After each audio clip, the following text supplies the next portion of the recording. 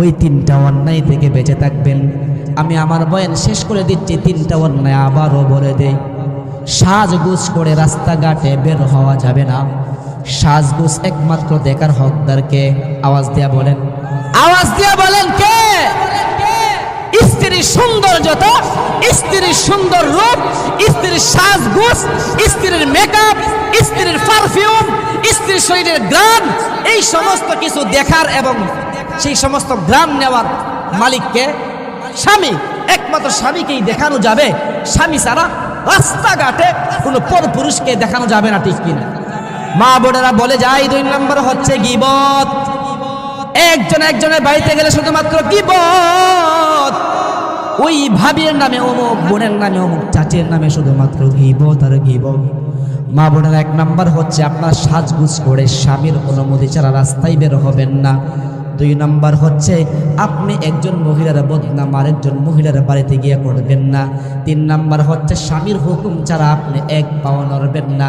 এই তিনটা বিষয় মেনে যদি, আল্লাহ নবীজি বলেন, এই 3টা বিষয় যদি মেনে কোনো মহিলা চলতে পারে তাহলে তার স্থান হবে জান্নাতুল ফেরদাউস। সুবহানাল্লাহ।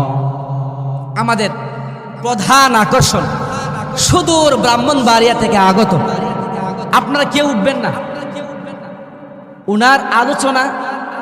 আমি তো এলেম নাই, কিছু নাই, ও গুছালো একটু আলোচনা করলাম আপনাদের ইমাম হিসাবে। সারাদিন ব্যস্ততায় ছিলাম, আলোচনা দেখার কিংবা সেই সময় আমার নাই, এখনো ব্যস্ত।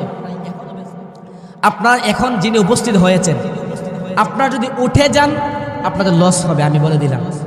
উঠে গেলে লস হবে। ওনার আলোচনা ফার্স্ট তুলা শুনে যাবেন, এখান থেকে ইলম আমল অনেক কিছু শিক্ষা নিতে পারবেন ইনশাআল্লাহ।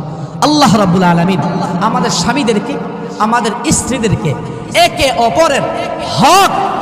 অপরের হকগুলো মেনে, একে অপরের হকগুলো যেন আমরা মেনটেন করে চলতে পারি এবং আল্লাহ নবী বিশ্বনবী রাহমাতুল লিল আলামিনের সুন্নত মোতাবেক যেন চলতে পারি। ইহদিনাস সিরাতাল মুস্তাকিমের উপরে মরণ পর্যন্ত অটল অবিচল দেখে যেন আখিরাতের জমিনে পাড়ি দিতে পারে, সেই তৌফিক দান করুন।